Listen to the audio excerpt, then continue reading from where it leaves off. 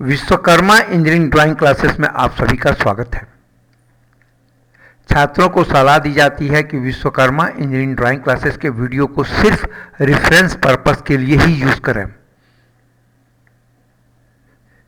इसके पूर्व के वीडियो में हमने हाइड्रोलिक सर्किट डिजाइन अप्रोचेस के लिए क्या क्या जरूरी है उस पर हमने बात किया।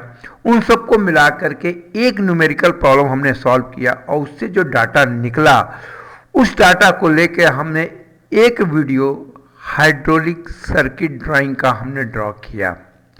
अब हम उस हाइड्रोलिक सर्किट का ड्राइंग एक और प्रॉब्लम लेकर के हम सॉल्व करते हैं। आइए देखते हैं प्रॉब्लम। ये cylinder has to exert a forward thrust of 150 kilonewton and reversible thrust of 15 kilonewton. The retract speed should be approximately 5 meter per minute utilizing full pump flow. Assume that the maximum pump pressure is a 150 bar. Pressure drop over the following component and their associated pipe work are as follow. Filter 3 bar का, direction control valve each flow path 2 bar, determining the following: the suitable cylinder, assume 2:1 ratio, piston area to rod area, pump capacity, relief valve setting pressure. First, suitable cylinder. Back pressure at the annulus side of cylinder is 2 bar. This is equivalent to 1 bar at the full bore and because of 2:1 area ratio. Therefore, maximum available pressure at the full bore end of cylinder is equal to maximum pump pressure minus pressure drops plus back pressure. इससे हम calculate करते हैं तो 144 बार आ जाता है। Now bore area load bye upon pressure, अगर data हम put करते हैं और कैलकुलेट करते हैं तो 0.0104 मीटर स्क्वायर बो एरिया हो गया। पिस्टन डायमीटर में हम डाटा पुट करते हैं तो ये आ गया 115 mm पिस्टन रॉड आ गया। Now select the cylinder with 125 mm bore into 90 mm rod area. ये देखिए, ये जो 115 का बोर का या 90, ये हम जो कैलकुलेशन डाटा आता है उसके को हम चार्ट से ये मिलाते हैं कि अप्रोक्सीमेट ये जो हमारा डाटा है इसके लगभग का सिलेंडर मार्केट में क्या अवेलेबल है या स्टैंडर्ड जो चार्ट है उसमें क्या है, उसके हिसाब से हम करते हैं। तो बोर एरिया इस डायमेंशन के हिसाब से हो गया 12.26 10⁻³ मीटर स्क्वायर। रॉड एरिया हो गया 6.3 into 10⁻³ meter square. This is approximately in the 2:1 ratio. Okay, now अब फ्लो रेट हमको निकालना। Flow rate required for the retract speed of the 5 meter per minute pump flow is equal to bore area minus rod area into retract velocity. Data हम put करते हैं, bore area A कर दिए हमने और rod area को minus कर दिया into retract area, retract velocity को मल्टीप्लाई किए तो आया 29.55 लीटर पर मिनट।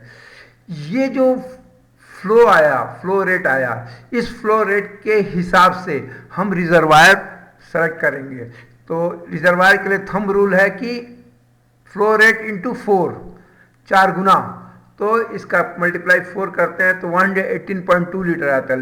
लेकिन मार्केट में 118.2 लीटर का रिजर्वायर नहीं होता है, सो हमको उस चार्ट से देखना पड़ेगा। तो इसके इक्विवेलेंट में हमको जो मिलता है हाइड्रोलिक सिलेंडर 125 लीटर का रिजर्वायर हम सेलेक्ट करेंगे।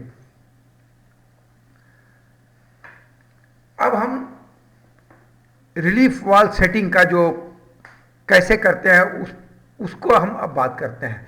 Pressure to overcome the load while extending. जब सिलेंडर एक्सटेंड होता है हाइड्रोलिक सिलेंडर तो कितना प्रेशर लगेगा, तो हम डाटा पुट करते हैं और निकालते हैं 122 bar. Pressure drop over the direction control valve P × 8 2 bar का है। तो pressure over the direction control valve B to T, because 2:1 area ratio is equal to 2 bar is equal into 1.2 is equal to 1 bar. Pressure drop over the filter 3 bar. ठीक. Then therefore pressure required at the pump during extended stroke is equal to 122 और 1 is equal plus 3 filter है, कितना हुआ 128 बार. Clear हो गया.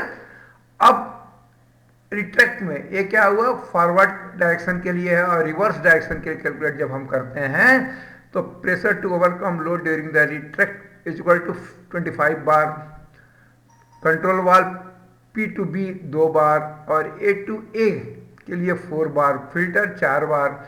इसको जब हम करते हैं तो ये आया था 34 बार. तो ये तो मिनिमम वाला है और मैक्सिमम वाला कितना हुआ 128 बार. तो हम जो रिलीफ वाल्व सेटिंग करते हैं मैक्सिमम प्रेशर प्लस 10%, तो वन मैक्सिमम प्रेशर कितना 128 बार है, तो 10% लेंगे तो 141 बार आ जाएगा. तो जो रिलीफ वाल्व सेटिंग 141 बार में भी कर सकते हैं या नॉर्मलाइज 145 में भी कर सकते हैं. आइए ये चार्ट का समराइज हुआ. अब इस आधार पर हम हाइड्रोलिक सर्किट ड्राइंग ड्रा करेंगे. ये देखिए रिजर्वायर जो हमने लिया 125 लीटर का ले लिया है, पंप जो लिया है 29.55 लीटर पर मिनट का लिया है, इलेक्ट्रिक मोटर जो लिया 10 हॉर्स पावर और आरपीएम है 1440. ये हम चार्ट से इसके लिए जो क्योंकि क्वेश्चन में इलेक्ट्रिक मोटर को लेकर स्पेसिफिकली कुछ कहा नहीं है, तो या तो हम कैलकुलेट करें या स्टैंडर्ड चार्ट से हम देख के निकाल रहे हैं. तो हमने यहाँ पर स्टैंडर्ड चार्ट देख के निकाल लिया है. वर्किंग प्रेशर 150 बार है, इसको पंप से 150 बार तक के का ले करके इसके लिए हमको जो सेटिंग करना पड़ेगा रिलीफ वाल्व का 141 का है. ये हमारा फिल्टर है 3 बार का. ये हमारा डायरेक्शन कंट्रोल वाल्व जो है 2 बार के सेटिंग पे है. और ये सिलेंडर में एक्सटेंडेड के लिए 150 किलो न्यूटन, रिट्रैक्ट लोड के लिए 15 किलो न्यूटन. तो ये चीज़ों को हम दिखाते हुए करते हुए इस तरह से हाइड्रोलिक सर्किट हम ड्रॉ करते हैं. मैं यहाँ एक चीज़ आप लोगों को और बताना चाहता हूँ कि ये रिलीफ वाल्व 141 बार हमने लिया है, फिल्टर 3 बार लिया या डायरेक्शन कंट्रोल वाल्व 2 बार लिया और इलेक्ट्रिक मोटर 15 बार लिया, पंप कैपेसिटी 29.55 लीटर पर मिनट. ये जो नॉर्मल चीज़ें हैं वो तो हमने यहाँ पर कैलकुलेट करके निकाल करके ड्रा कर रहे हैं. बट डायरेक्शन कंट्रोल वाल्व कौन सा रहेगा, किस तरह का रहेगा, क्यों रहेगा, ये जानने के लिए हमको डिटेल में जाना पड़ेगा.